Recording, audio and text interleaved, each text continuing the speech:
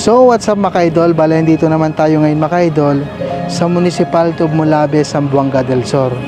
Bale maglalagay ulit tayo ng itlog para sa travel challenge natin. Ayan, so abangan nyo mga idol kung saan landmark ko ilalagay itong 200 pesos na laman itong plastic itlog. Ayan.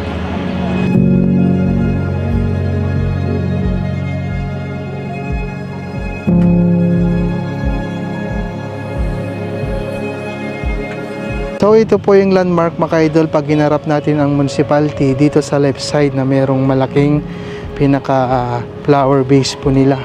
So dito natin ilalagay yung itlog. Yan, lagyan natin ng buhangin kasi baka mamaya lalakas po ng ulan. Ayan. So yan lang naman mga idol, makikita naman yan. So may orange po doon. Pink pala, sorry. Ayan. So sana makatulong. God bless.